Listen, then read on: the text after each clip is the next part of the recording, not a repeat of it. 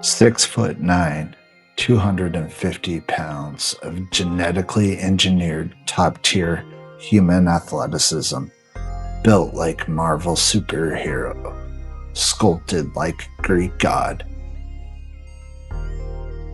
But somehow knocked unconscious by a light breeze from Patrick Beverley? Welcome back to the channel.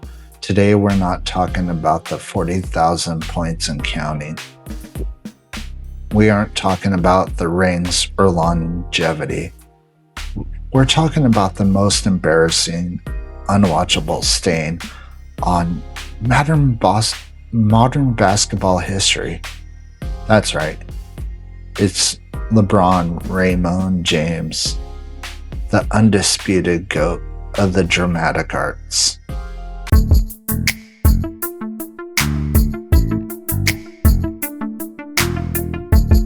After the year two, there's nothing in the world that can knock LeBron James down like that.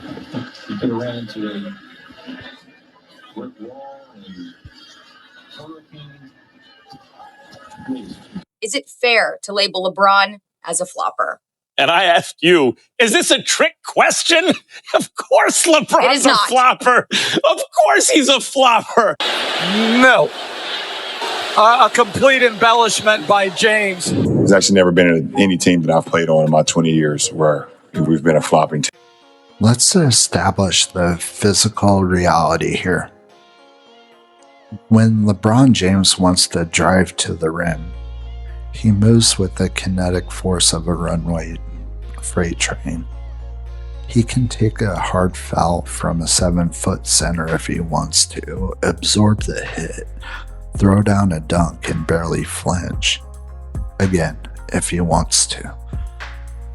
So why is it that the moment a 6'2" point guard grazes his wrist on a rebound, LeBron looks like he just got hit by an invisible dodgeball? I mean, look, he loses the balls all the time in a wide open dunk, feels a slight breeze behind him, and decides to do the breaststroke across the baseline hardwood floor. That's not basketball, folks. That's a cry for help. Or a cry for an Oscar nomination, since he didn't get one for Space Jam 2. And here's where the second hardest hitting truth hits you. The weaponization of his size matched with the shameless hypocrisy.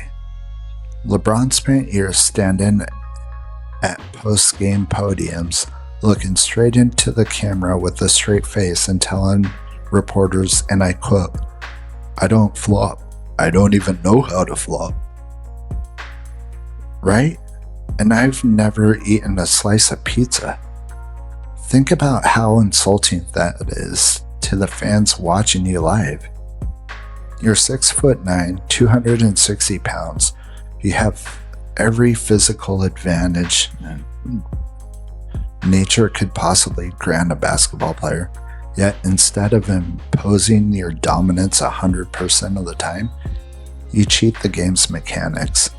When small guards flopped in the 90s or 2000s, it was a survival tactic because they were getting mauled. When LeBron flops, it's straight up like exploitation. He uses his massive frame to overpower you on offense, but the millisecond you touch him on defense, he collapses like a cheap folding chair to trick the refs into giving him 2-3 throws. Look at him checking the refs. Peekaboo. He's literally laying on the hardwood floor pretending to be in critical condition while casually auditing the referee's whistleblowing efficiency. He taught an entire generation of young players that you don't need to play physical defense or stand your ground. You just need to throw your head back like you hit a tripwire and roll around until you get your way. He's infected the league's competitive nature from the top down. Now, let's get to the hardest hitting take of all. The elephant in the room that Clutch Sports works overtime to sweep under the rug. LeBron's flopping isn't just an annoying habit.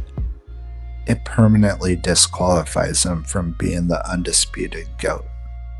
When Michael Jordan faced the Detroit Pistons in the late 80s, they literally created the Jordan rules. The strategy was simple, people. Physically assault him the moment he entered the paint. What did Jordan do? He didn't drop to the floor and act like he got hit by a sniper. He didn't do theatrical backflips into the front row. He went to the weight room, put on 15 pounds of muscle, and plowed right through him. When Kobe Bryant played, he took pride in suffering through contact. Kobe's ethos was, if you hit me, I'm going to make the shot anyway and look you in the eye. LeBron's ethos, if you touch my jersey, I'm going to fly 5 feet backward into the camera crew and stay down until the athletic trainer checks my vitals. If you're a LeBron James, how can you claim to be the greatest player to ever touch a basketball when your signature move under late game pressure isn't a killer pull-up jumper? It's flailing your arms, begging the 3 middle-aged men in zebra shirts to save you. The GOAT title isn't just about total points or longevity stats compelled over 24 now years counting. It's about aura, alpha mentality, and competitive integrity. You cannot be the undisputed king of basketball when half of your career highlights look like audition tapes for General Hospital.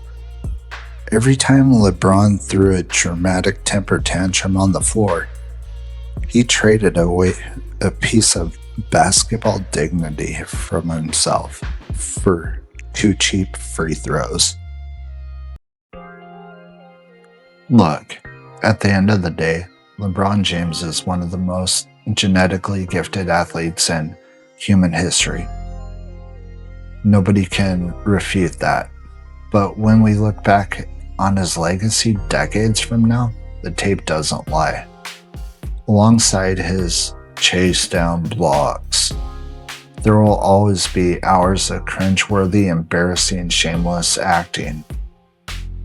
You can buy a lifetime of contracts, you can build the media empire, but you can't edit out the film.